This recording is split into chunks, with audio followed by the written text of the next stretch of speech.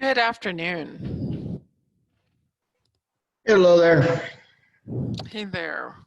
Give folks a minute or two to filter in and we'll jump on in.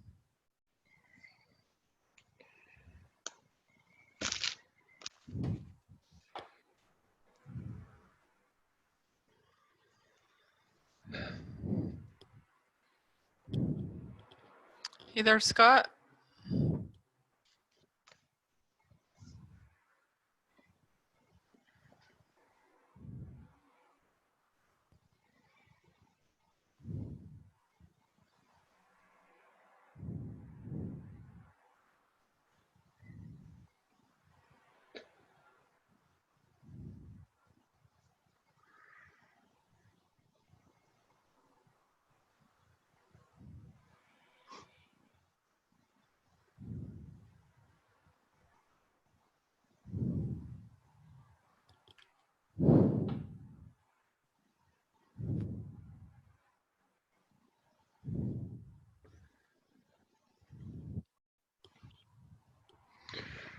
And Chris, for your edification, we'll go ahead and start here in a sec. But with the session that I had this morning with folks, well, and you'll see, of course, as we get into the session today, because you guys are getting a version of it as well. We actually I ended up running over a few minutes, about 7-8 minutes, just because of the conversation, because we did emphasize emotional intelligence and diving in and taking ownership and all of those great things. Excellent. And I tend to use myself as an example, which of course is encouraging folks to question me. If you don't get it, question me. You know, if I ask you to do something and you're not sure why, ask. And of course, we're hoping that they'll do that in all of those types of things. Yeah, good. Because Scott and myself and Jeff went through our entire process, especially working from home, and Six Sigma the whole thing. Scott and Jeff implemented it in West Valley this morning. Great.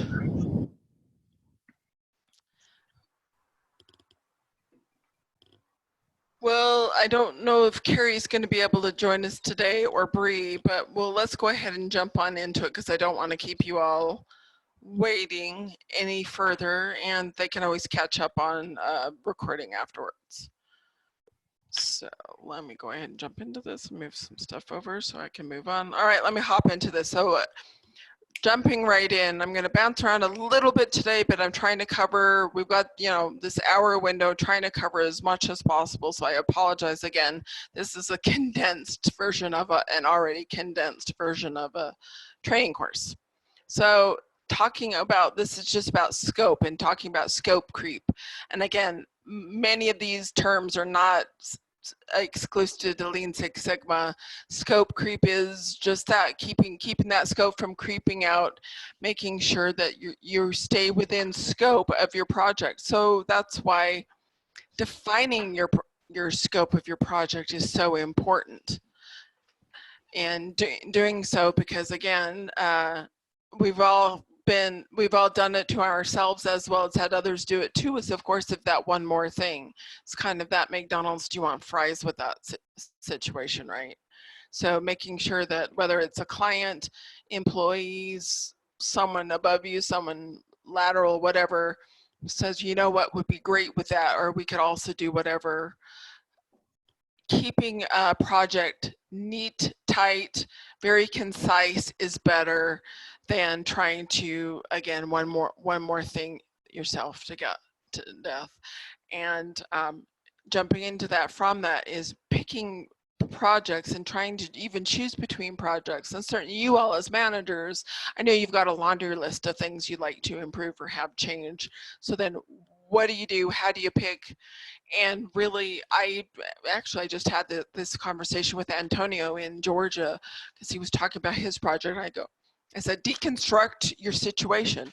What would you like to see move? Where would you like to see the needle moved first, most, whatever that is, and deconstruct from there. Well, what types of things could I be doing to deconstruct from there? So again, what's going to move the most for you, your team, your clients, vendors, whomever that may be? And then again, what's in the realm of possibility that you can do this?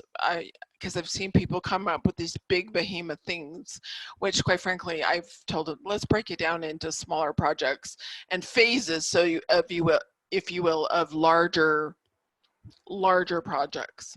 You don't need to do this massive, you know, Obi-Wan Kenobi level of project, really is what that comes to. I put this quote in here because quite frankly, this really sums up my philosophy brilliantly. I need to find, I don't know who Nancy Willard is, but this is great because I really do think the answers you get or the questions are sometimes more important than the answers. And I've had people ask me even, and I can use the example of our incident reports. Our incident reports ask more the question of what happened more than one time. And I've had people ask, well, why are we doing that? That's repetitive. And I go, well, again, sometimes asking a question multiple times, slightly different ways, you're going to get different responses, which isn't to say I'm going to ask it several times till I get the answer I want, but I'm going to ask different ways, different times to get different nuances to a response. Sometimes it's just jogging someone's memory. Sometimes it's just, you know, giving more information or things change. So that's what all that comes to. I'd like to talk briefly about emotional intelligence. And I know this is something you all are familiar with. That quote, that definition's there. I'm certainly not going to read it, but emotional intelligence is really important with Lean Six Sigma because it's not just I'm going to start a project at A to B, I'm going to click things along. Lean Six Sigma is about change management. And ultimately, at the end of the day, change is difficult. Change brings along stress for a lot of folks. While we would like to think if you walk through someone's door and say, I'm going to improve your processes, I'm going to increase your efficiencies, I'm going to reduce your costs, I'm going to reduce your risk and inherently improve your safety. Normally you would think everyone would be like jumping up and down, arm up, saying, yes, me, please, more of that. But a lot of times what people hear are, you're changing my processes. I don't know, I'm not gonna know how to do my job anymore. You're changing processes, you're eliminating things, you're gonna eliminate headcount, I'm gonna be laid off, or someone in my team is gonna be laid off. Things are going to change. I'm not going to have the same level. All of these different things also come up in people's minds, right? And they get all that swirling around. And that's where emotional intelligence is so important because again, and I know I'm speaking to the choir here with you all, with your vast experience in sales, because you deal with this type of thing regularly. You're in and out of this kind of thing.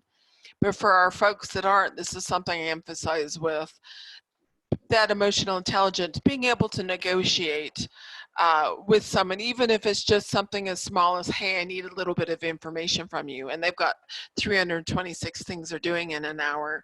You need to be able to express not only why them participating is going to impact them positively, why also them giving you even a snippet of their time to be able to give you feedback, give you information, whatever that may be. All of those kinds of things are really important. Does that make sense? Awesome. Jumping right into process maps. This is, honestly, this is a pretty basic process map, right? Every project that is certified will have a couple of process maps. You'll have two, one for your current state. What does your process look like today? What's going on today? And then after you've made your improvements, what does that new and improved process look like? So you've got to, basically you'll have your before and after. And again, this process map is pretty simple, pretty basic. I'll ask a question though. Are you all familiar? I know I sound like I've been talking to people in Georgia.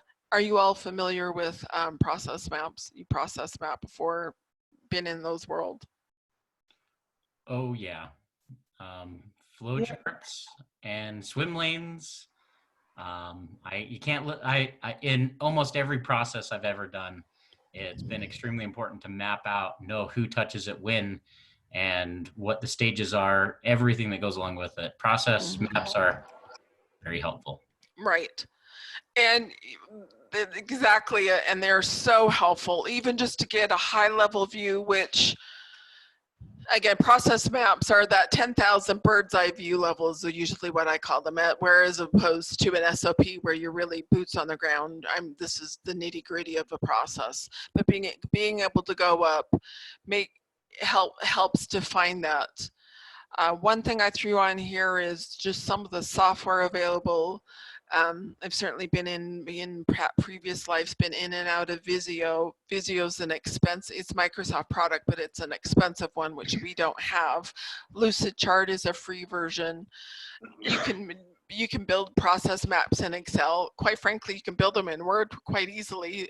Word has shapes that are already in a process map section, and when you go to insert shapes, there's draw.io, and I've seen people, you can process maps with post-it notes or a piece of paper and a pen. I'm not I've worked with the Obi-Wan Kenobi level kind of master black belts where you've got to have Visio and you've got to have your Minitab, you've got to have all these things. I'm like, ultimately use the tools that you're comfortable with. If it's post notes on a wall, I've seen people do that. That way you can move things around, change things around, and we're going to update things. There's your vision board, so to speak, for that process. You can do that. You can do, again, piece of paper, yeah, good old fashioned yellow pad of paper and a pen, that works great as well. See if I can get this to change. There we go. And Joe, you mentioned already swim lanes. Swim lanes are super helpful, particularly when you have a process, and most of our processes do, where they're cross-functional processes or they're involved when different teams are involved, so that they can see how they impact each other. That's immensely helpful. I have worked with some teams where they were just not getting it. Well, I don't get how I affect you, or it doesn't feel like we affect you. Not really. You do what you do and you hand it off to us. It's almost separate processes. But when you put a process map with swim lanes up, quite often I see, light bulbs going off and synapses firing and things really clicking for people. So swim lanes are helpful. They're not required, but they definitely can be your friend. And this is a point in time where I would normally say, hey, let's hop up to the blackboard or whiteboard, as the case may be, and let's map some things. So we'll do that here shortly. But you really can map anything. And more than once I have had people say, my processes are too complicated, I can't possibly map them, to which my response is usually always a smile and say, and I tell them, I have helped multi-billion-dollar companies process map how they close their year-end process, and we've got it on one sheet of paper. Because again, that 10,000 foot level, that's all you need to do. You don't need to get into the weeds and all of that. And basics, hopefully this is familiar for you all. The ovals are just a terminator on the process map. That's just, the ins and outs. Every process map should have two ovals, right? Start and end. That's all you need. The colors are all optional. They're just blue here for this purpose. Rectangles are just steps in the activity. I did this, then I do this, I do this. Pretty basic. The diamond shapes are decision points. One thing I'll say is every process map should have at least one decision point in it. If it doesn't have any and it's just I did this, I did this, I did this, and I'm done, you've gone too high in your process map level. You need to come down a little bit lower. Let's not get quite that high. Come down a little bit lower so you've got at least one decision point. Then of course that burst, that yellow burst, is called the Kaizen burst. Those usually always are yellow, although truthfully, I don't really care. Make it whatever color you want. But that's where you've got an opportunity in a process map, in a current state process map. That's where you've mapped your different steps. And then afterwards, you can go in and throw in a Kaizen burst on the map just to indicate here's a place where we know we have an opportunity. Here's a place we have another opportunity. In after you've made your improvements and you've got your updated process map, even those sometimes will have those Kaizen bursts for potential future projects. Like, we've made the improvements we want, but we do know that there are future opportunities here or there or whatever the case may be. And of course, that last one is just the connector lines that go between them. Again, that's pretty basic, right? So now I do want to do just a really brief talk through a high level, and again, I'll whip through this pretty quickly because I know you all are familiar with process maps. Mapping something simple like making a PB&J sandwich, peanut butter and jelly sandwich. I'm going to ask for a volunteer to talk me through this map that I made. I'm fine to volunteer. Mm-hmm. Okay, so you want me to go? Yeah, just explain to me what this map is. Obviously, it's making a peanut butter and jelly sandwich, but the steps, hopefully that's relatively self-explanatory. Yeah, so obviously when you want to make a peanut butter and jelly sandwiches, with following the chart, lay out 2 slices of bread, add jelly to one of the bread slices. However, I always add peanut butter first. It is always a peanut butter first process for me. Then you add the alternate, right? Cut, yes or no. It's a decision process, right? Do you cut in half? In fact, today for lunch, we made a peanut butter and jelly sandwich just today, and had fun with my 4-year-old and saying, how do you want it cut? Do you want it cut in triangles? Do you want it cut, in half long ways or short ways? He chose short ways in half, and put on a plate and serve. It was already on a plate at that point. So maybe that process is a Kaizen burst where you could say, right, this improvement. You probably want to put the plate out before, you're making this. You have something to make it on. But right. Right, and this is obviously an incredibly simple process map. Could I have made this more complicated or added more decision points? We could have also added swim lanes, depending on, serve it to the end user. I mean, it could have gone to that. There's a lot of things we could do. Right, or like in the case of like you with your kids, you're doing some of it. Your kids are doing some of it. When my kids were younger, of course, my youngest always wanted his cut just like yours, just in half, keep it simple. My other one thought she was fancy because she always wanted it, cut in the triangles, and only heathens, had their sandwiches just cut in half. Oh my gosh, So of course, there's all kinds. Of course, I could have done. Do I want grape jelly? Do I want strawberry jelly? Or gosh, do I want honey? Do I want regular peanut butter? Do I want chunky peanut butter? What kind of bread do I want? I mean, there's all these kinds of things. Yep. But along that line, I could also go down the rabbit hole of throwing so much in there that I end up making this super complicated map for something as simple as making a sandwich, right? Yeah. So there's a video out there of a dad, and if you want to search this on YouTube, his dad has the children bring in a instruction on how to make a peanut butter and jelly sandwich, and he follows it exactly as they write it. And it takes him about 20 times before they get every step perfectly on how to make it. And it is hilarious because the kids are just like, ah. So I would encourage you all to go and check out that video. Oh yeah, that sounds great. I have to find that. Well, and again, something as basic as this sandwich, right? Think about your process that you do, how easy it is would be to go down that rabbit hole of process mapping everything out. You can do that, but that's why I keep saying, I repeat it over and over, bird's eye view, guys. Pull it up. Don't get too detailed. Don't go too high, obviously. If you've got at least one decision in there, most are going to have a couple, but at least one, then you're probably at the right level. But again, I'll be honest, mileage varies by user. You really kind of get to the point where you get comfortable, but definitely don't go so low that you're really trying to map something out at an SOP level. Definitely don't want to go quite that low. All right. Hopefully some of you are familiar with this as well. Obviously, process maps are tools, as is the 5 whys. 5 whys is great root cause analysis, digging out whys. And it is a tool. This is not brain surgery, rocket science, what other analogy I can throw at y'all. But it is just digging in and asking why 5 times. I'm certainly not going to read this, but why this, why this, why this. When I worked with the group this morning, we broke up and someone responded with a not a standard response to why, and they gave a very extreme response to something. Do we get extreme responses when we get into root cause analysis?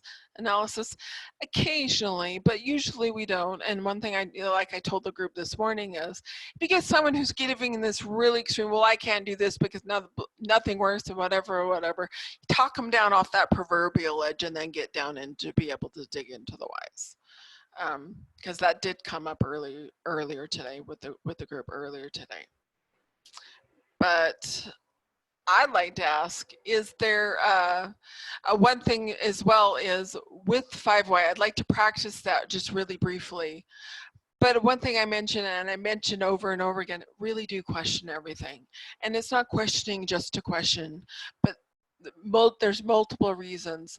One reason, and I tell people, up front, I ask a lot of questions. Quite often I introduce myself, quite frankly, as a professional pest, and I do that. People laugh and think, oh, that's funny. But it also is a way for me to also continue and explain. I will ask a lot of questions. I'm not doing it just to be a pest. I'm doing it because I want to understand your processes. One thing I generally don't necessarily tell people right up front is I'm also asking questions to understand how well they understand their processes. Do they know why they're doing what they're doing, or are they doing it because they've always done it that way? Well, that's a dangerous response, right? So it's really kind of getting into that emotional intelligence area where you've got to kind of wade through responses, wade through reactions, feelings, and all that great mushy stuff. So I would like to see if 2 of you would be willing to jump in and volunteer to practice 5 why. And I'll let you two first of all, there's only a few of you on the call. Who would like to hop in and be our volunteer / guinea pig for this? Chris and Carrie. Joe and Scott. Chris and Carrie. Whoever speaks first goes. Sorry, guys.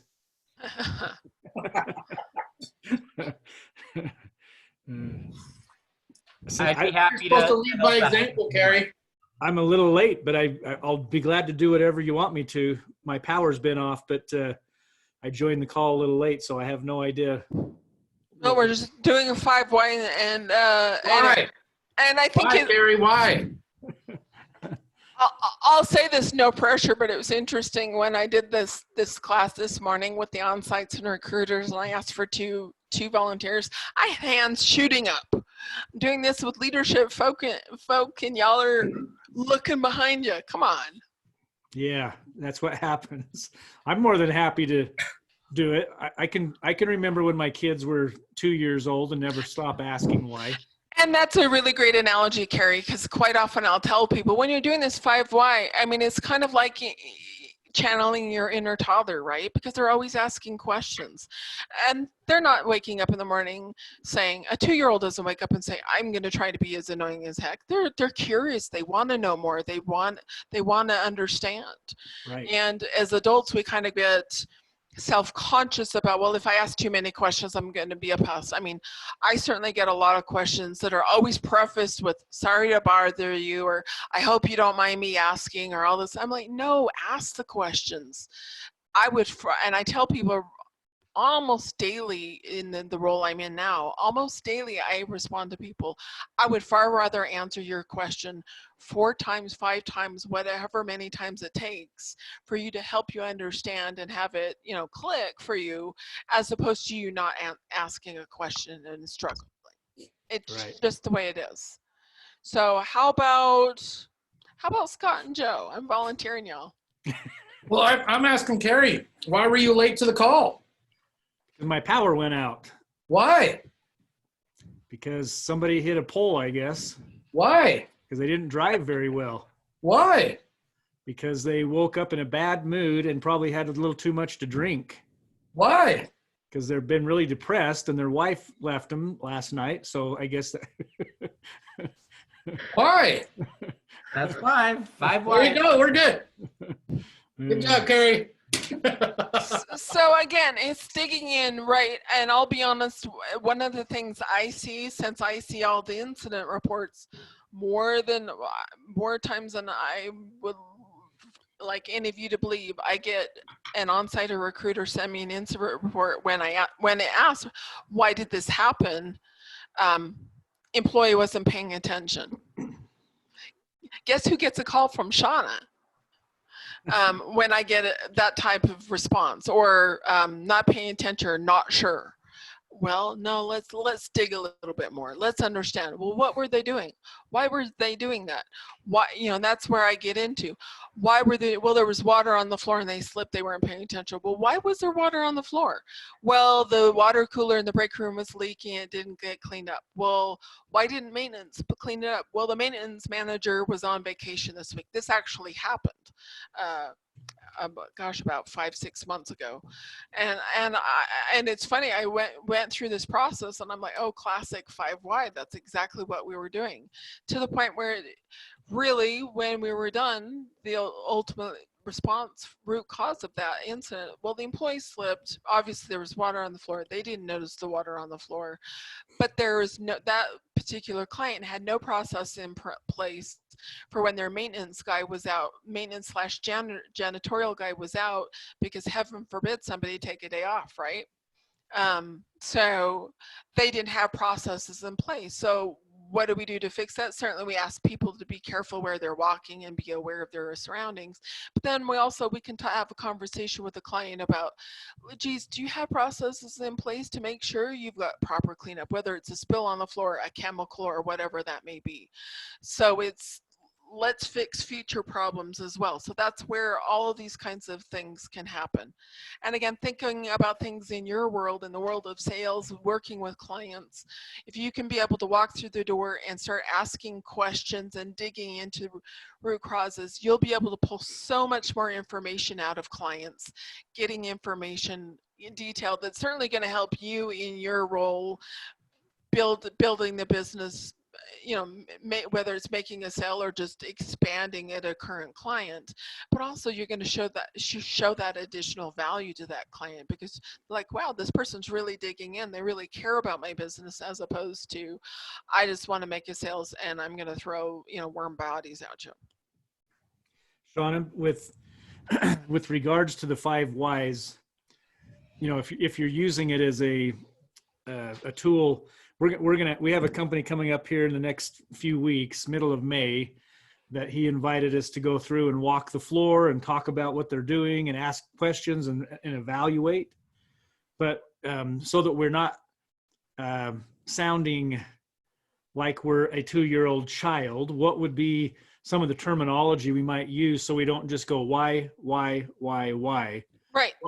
Well, it's asking things like, when I do site reviews, especially with new clients, and I have whomever say, oh, you got to come see this client. They're great. They're big open building, blah, blah, blah. Let's go through this. Couple things. When I walk through, I say, well, tell me what you do. Well, tell me what happens here. And it's really easy, because we always want to show that we understand the business. We know this, but I always phrase things in, tell me more about, explain to me how you do this, or who's responsible for this. How many people do you have working in this area? And then again, back to my 3 standard questions that I always ask every single time, especially when I'm talking about new processes, new clients, whatever, which are, what successes are you having? What challenges are you facing? And the last question, and I always tell people, I'm asked this question and I'm not being facetious, which is, if you had a magic wand and can change anything, what would you change? And then I explain to people, I ask that question not so that everyone's passing out what magic wands, of course not. But this is an opportunity to think big. You know, maybe really what we need is more space, and I need a bigger facility, but I know that's going to be millions of dollars, and that's not in our budget, so I'm not even going to bring it up. We'll bring it up and let's throw it on the table, because are we going to be able to get to here, reach here? Is that pie in the sky type of response? Maybe not, but we may be able to come down a little bit lower and find something that's a happy medium, so to speak, and find something that's more doable that maybe wouldn't have come up with your initial challenges. So basically, by asking that third question, you're giving people the opportunity to think big, brainstorm, come up with the out of the box type of responses. Because so often they're like, yeah, they almost regurgitate their, yeah, this goes well, we have problems here. Well, what? You kind of poke them in the side and say, well, if you had a magic wand, or you could do anything. And I walked in with, you know, $1 billion, and you could change anything you want, however you want to phrase that. What would you change? And then people start going, you know, well, geez, I would do this, or what are you doing over here, or what could you be changing? So it's not necessarily just why, because there are different ways of asking why, right? And that's the thing. I think we have to be careful to just rephrase it. Tell me more about that. Explain to me, hey, could you clarify this? Hey, it looks like you're doing this. Can you clarify or tell me more about that? Or how long have you been doing something? All of those type of questions. I visited a client, gosh, this was last year, one of the clients I visited, and I was talking, among the people I was talking to was their safety manager. As y'all probably know who I'm talking about now, as a forklift goes flying past me, my eyebrows shoot off the top of my head practically. My comment to the safety manager was, geez, that seems like you've got a lot of challenges here. What are your challenges? And to which point, as soon as I know, because I saw the look on his face as well, right? And he did, well, geez, but this couldn't happen for me. And, you know, he opened up more about, I've tried to make this change or this change and it hasn't happened. You know, in other words, he's telling me there's a problem with the culture of the company. The safety culture of the company hasn't flown, not just from bottom up, but also from top down. It's got to go both ways, right? And hopefully you meet in the middle somewhere in a happy place. So it's asking different things, offering different things. And again, that's where, and I know I'm speaking to the choir with you all in sales, that emotional intelligence, being able to read your room and understand where you can step and where you need to be a little quiet and all of that, and asking questions. And I usually do preface myself by saying, hey, I like asking a lot of questions just so I can understand things better and so I can serve you better. And phrase it like that, because ultimately that's what we're there for. All right. And again, these concepts are obviously not exclusive to Lean Six Sigma. These are basic business concepts, but critical to quality. And I know you all talk about, the value of normalcy and all that, critical to quality. And in project management, process improvement, critical to quality is vital. Understanding what is critical to the quality and what your customer perceives as critical may not be what you perceive. And then of course, that gets into who's your customer. We'll talk about that here shortly. And again, I realize I'll kind of whip through this relatively quickly because again, I know you all are familiar with this. But I really, by asking critical to quality, sometimes it is just as simple as what's important to you. Asking the different people you're involved with, and everybody at different levels, depending on whether it be a client, one of the people on your team, whomever, Dave or Ted, whoever, what is important to you? Come up with that shopping list of things that are critical for all of those people, and find again that happy place that will work is what that is. Then with projects, always when working with projects, you need to identify your customer and understanding who your customer is, because it's not necessarily just a client, right? It could be, your team. It could be, again, Dave, Ted, it could be Kyle, it could be, if you're working on something safety related, it could be me. It could be a lot of things, right? Obviously, it could be Carrie, it could be a lot of you. You yourself may technically be your own customer, because one of your own customers, because the process you're improving could be something that certainly impacts your world very, very closely. So identify who your customer is and understand who that is in context of the project that you're working. And then, of course, you need to understand the voice of that customer, which again is back to that critical to quality. What's important to your customer? And again, as you all walk through sales, I know you do this all the time. That's one of the first things you do when you're walking through and discovering, when you're doing discovery walks and things like that with potential new clients, is what is important to them? What has been going well? So you can go in and show them what we can do for them, right? So of course you need to get that voice of the customer. So I know I'm speaking to the choir quite a bit here. A data collection plan is a tool for Lean Six Sigma. Again, this is not rocket science. Data collection plan is just that. What am I going to get? The who, what, why, where, and all of that of what you need to get. Say if you're, I don't know, I'm going to work on a project on improving sales 40%. Who do I need to talk to? What am I trying to improve? Who's involved? Who's going to be impacted? What information should I gather? What should I be measuring? All of those kinds of things are part of a data collection plan. Doesn't need to be a fancy form, and I've seen some that are extremely fancy forms that I'm sure were designed by engineers. It could be as simple as a list on a pad of paper. It's up to you what level you want to go what makes most sense.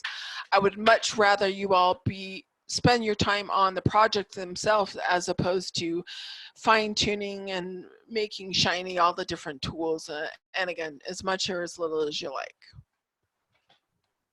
I throw up a value stream map every time I teach this course, but I don't talk a ton about value stream maps, but I always want to mention them because value stream maps are extremely important, particularly when you have a project that is going to be improving time.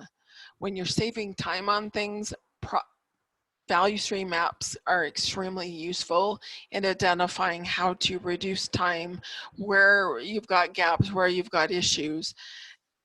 I always liken a value stream map really as a souped up process map, and you see a value stream map is just individual steps of a process map that have additional data involved. How many widgets am I making in a case of a manufacturing situation? How many customers am I being able to reach out to in a service? How much time is it taking me to produce or reach out, whatever that means? That's the types of things that are being measured with a value stream map. Have you've all used value stream maps before? Yes. Little bit here or there, seen them maybe. And again, not every project uses them. I don't require them, but they can be helpful. And when someone's working on a project for certification, if I see it's a project that would benefit from using a value stream map, I will help you work one through. Help you impress everybody. A really nicely filled out value stream map is pretty good looking. Also calculating Sigma. I like putting this out here because quite frankly, it is called Lean Six Sigma, right? And again, Six Sigma is the 3.4 defects per million opportunities. There is that great formula of this, how you break it down, blah, blah, blah. You don't have to calculate Sigma. It's great to do that if you so choose to. And if you get to the point where you decide to do that, my buddy Google, if you put in Six Sigma calculator in a search bar, will bring you up easily hundreds, if not thousands of different online tools that you can plug in your numbers and it calculates Sigma for you. No more Minitab or breaking out the abacus to do that kind of stuff. It's interesting, Shauna, we had a call this morning. I had a call this morning with a company out of Dallas and Houston, and I talked with him about the Lean Six Sigma training, and that our people would be trained if they didn't already have the training, that we would get them training. And he said, so you're telling me if they're Six Sigma trained, you'll train them on Lean because they do need to have Lean. And I said, yes, they'll. So he made that separation, because a lot of people just go Lean Six Sigma and that's what you think it is, but there's those two pieces, and he wanted to make sure that Lean part was part of the Six Sigma part. So well, and really what we've got, again, back to day one, there's 3 different methodologies. You've got your Six Sigma, you've got Lean, and then you've got Lean Six Sigma, which is a combination of the two, which again, I truly believe is the best of both worlds. And I was initially trained on strictly Six Sigma, heavy stats. And like I mentioned before, 6 full weeks of full-time training, to the point where I was having, I mean, it took me 2 years not to have mini-tab flashbacks and all that great stuff. But we are talking about these Lean principles, and that's nice too, because again, if anyone who certifies, they can use tools that come from Lean, they can use tools that come from Six Sigma. In many cases, they come from both. And some companies, you came up with a great example. They're Lean and they want to call it Lean. We're only Lean and I don't care about Six Sigma because it doesn't apply to us. We're not a manufacturing facility, or we are, but we like Lean. I've heard some people say Six Sigma is really old fashioned. I've also had someone that tell me, Lean's really old fashioned. And like I said before, I don't care if you call it banana. You want to, as long as you're moving the dial, you understand the concepts, and we'll get people understanding concepts, digging in, and also understanding where to go to. Again, with this being a condensed course, this is about helping give you all the resources to get the basics, understand, and then if you need to look something up, again, my buddy Google knows everything. And then I'm always available as to help as well. Then fishbone diagrams are great, and some of you may have seen them or worked with them before. This is cause and effect. That's really what this is a cause and effect diagram. This is one that's all nice and filled out and looks real pretty. Flip over to a real basic one. If you have your effect, which of course is the head of that fish, what is my problem? And then all the different causes are what are the things impacting that thing. So where are all the possibles? Because quite often when you've got something you're trying to improve, there's more than one challenge you'll be facing in making that improvement. It's not all roads necessarily lead to fixing something. So but then a lot of times what comes down to, again, this comes project management 101, right? You pick the road that's the biggest bang for your buck. Am I going to try and tackle every single issue? If it's doable, potentially, but more realistically, I'm going to pick the 1 or 2 things that where I know I'm going to have the biggest impact and work on those, and then put the others in a parking lot to come back to at another time, or have someone else work on. And again, looking at the different categories, and when I've given you templates for a lot of these tools in the Excel spreadsheet that I attached to the first day's meeting, and I'll send them out again just to verify y'all have them and you've caught that. And when you go into, if you just search online different versions of fishbone templates, they'll sometimes give slightly different things for cause, but it's basic, like with measure, is what we're measuring accurate? Like I gave the example of a team that was being measured on something that their KPIs were being measured on something that they had no impact. Environment, and I'm not talking environment like the trees and the bunnies outside. I'm talking about the work environment. Is it conducive to that process? Is it creating problems to that process, whether it be environmental, such as hazards, in a warehouse situation, no airflow, whatever, but it also could be a cultural type of environment. Is the environment not conducive to making those changes? Is the environment not conducive to people speaking up and changing things? Or, hey, I saw it's environment is kind of a loaded term, quite frankly, in more than ways than one, right? then people is, again, not that Bob's not doing his job, but is Bob fully trained? Is Bob not engaged because he does not train in his job, right? Is there a breakdown there? Occasionally it could be that Bob just really doesn't care about his job and he's filling a seat because he wants his paycheck. You know, that happens a little bit, but usually it really tends to fall back into, are we not giving Bob the right, correct environment, the training, and all of those things that make people successful? Going into other things as well, again, talking about machine, tools, equipment, whatever that may be, whether it's a manufacturing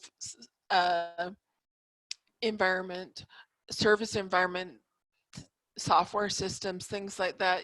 You in sales, do you have all the tools you need to be able to measure what you're doing, reach out to what you need, connect, think about what our world would be like right now in this moment with this pandemic. If video conferencing is not an option, it would be a bit of a challenge, right? It'd still be doable, but it'd be a lot different, right? So having all those types of things. Of course, method, is it just we don't have a correct process in place, or we have a process in place and it's not being followed? There's no controls to that process. That's a big one. You'll get to hear me harp on that on Friday.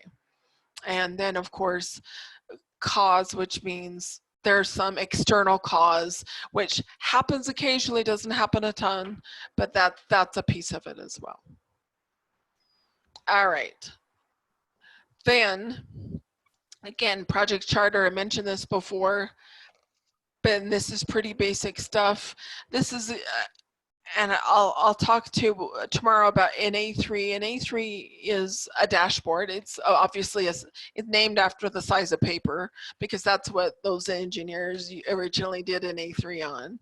A3s are both Lean and Six Sigma, both use A3s, and it's just whoever's in charge of a project fills one out. It's a dashboard. It asks the who, what, when, who am I talking to, who should be on my team. Kind of similar things as a project charter. Project charter, again, is just that higher level. That's something that's a little more conducive to sharing with other people, whether it be a client, team members, whomever that be, whereas the A3 is something that really where you're getting in and it's your work in progress type of thing. All right. So I whipped through that really quickly. I'd like to ask if any of y'all have any questions on that, any comments, deep thoughts, anyone want to pine or wax poetic about process improvement?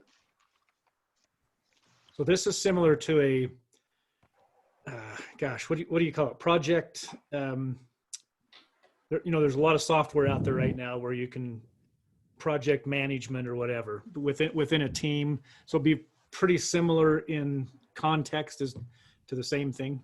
Yep, that's exactly what this is. And there are paid tools you can use to track projects. Obviously, just a good old A3 for the purposes of certification. You need to go through those.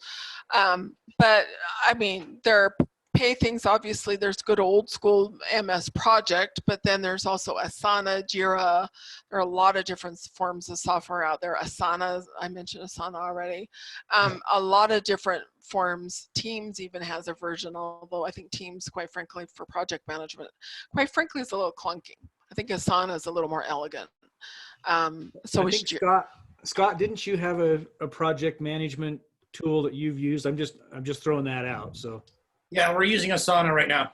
Okay. Yeah, I like Asana as well. Even Monday.com, which, you know, you can throw that app on your phone. Monday.com, honestly, is even better, I think, than some of the old-fashioned stuff. Although I've told people in the past, whatever works for you, ultimately use what works for you, because you're going to use what works for you. If it's imposed on you, we all get that little, at least I know Shauna does, get a little resistant about, well, I'll use it because I have to, but you're just not going to jump into it. It's not going to be your go-to.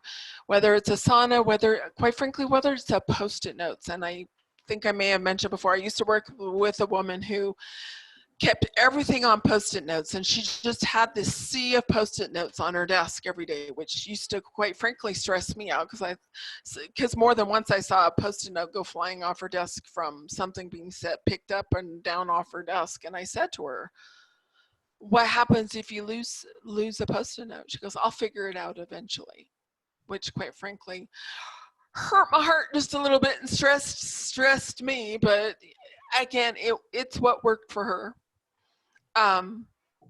So use what works for you.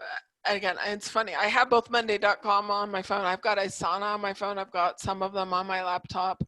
A lot of these tools I'm talking about, even in my role is within risk and safety, I still pull some of these out every once in a while, even though no one else may see them afterwards. But I do it to check myself quite often. Like, hey, I think I'm working where I need to be. I'll just grab a tool and dust it off, run through my numbers, check my progress and see how I'm going.